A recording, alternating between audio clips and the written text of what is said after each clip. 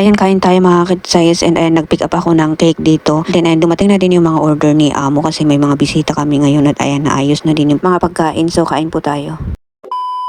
Galing nga kami sa baliklas ng alaga kong si Charlotte, and then habang nasa daan kami nag-message si amo na nag-order ng pagkain namin ng mga alaga ko ng tanghalian, and wait ko lang daw yung number na isesend ni amo, and then pipick upin namin ni Charlotte. Andun kasi siya sa taekwondo ni Tingting kasi siya yung naghatid. Si amo lalaki naman pumunta sa meeting ng school ni Charlotte. At pagkatapos nga ng kalahating oras, Size, punta nga kami dito at pipick upin namin yung pagkain in order ni amo. Where? O diba marunong siya? Let's go. Sabi ni amo, tanungin ko daw si Charlotte. Where is that? The restaurant? Yan, sundan natin. Ito mga kitsayas yung patayahan ng ano. pero hindi tayo din pupunta. Ayan.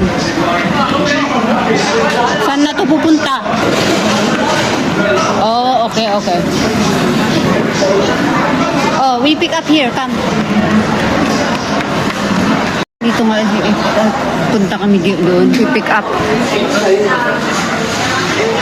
Kain lang daw pala namin ng mga bata. Si amo kumain na ata. Kasi yung dalawang alaga ko kasi marami. Tapos ito naman akin.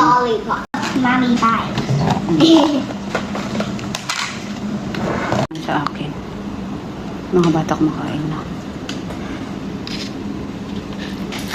如果今日係牛肉飯就好啦。 Kain po tayo.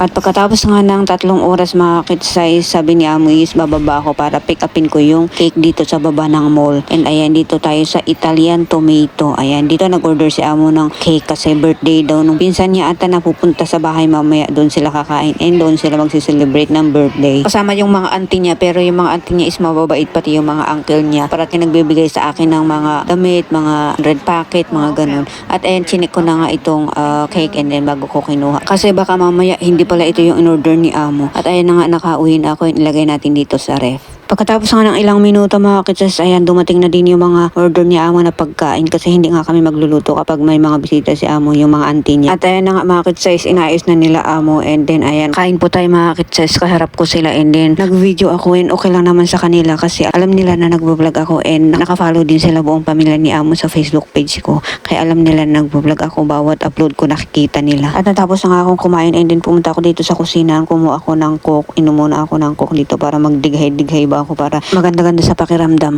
At ayan na nga, tapos na silang kumain, and sabi ni amo is itabi ko lang daw yung natira para dalhin ko bukas pag day off ko kasi day off ko nga bukas, and ayan na nga yung hugasan. Yan lang hugasan ko, and malinis ang kusina ngayon kasi take out yung binili ni amo na pagkain ngayon. Yan lang hugasan natin, and then madalian lang to kasi 10 maliliit na bowl lang, and then after ko nito is maliligo na ako. Kahit may mga bisita pa sila amo, kapag lagpas na ng 9 maliligo na ako, iwanan ko na sila. Sila na yung bahalang mag-prepare ng cake mamaya kasi maliligo na ako and matutulog na ako. Hindi ko na sila antayin matapos kasi minsan is umaabot sila ng alas 12, alauna na nagkikwentuhan, kaya iwanan ko na sila. Pakinggan nyo ang ingay nila, kumakanta pa sila ng happy birthday.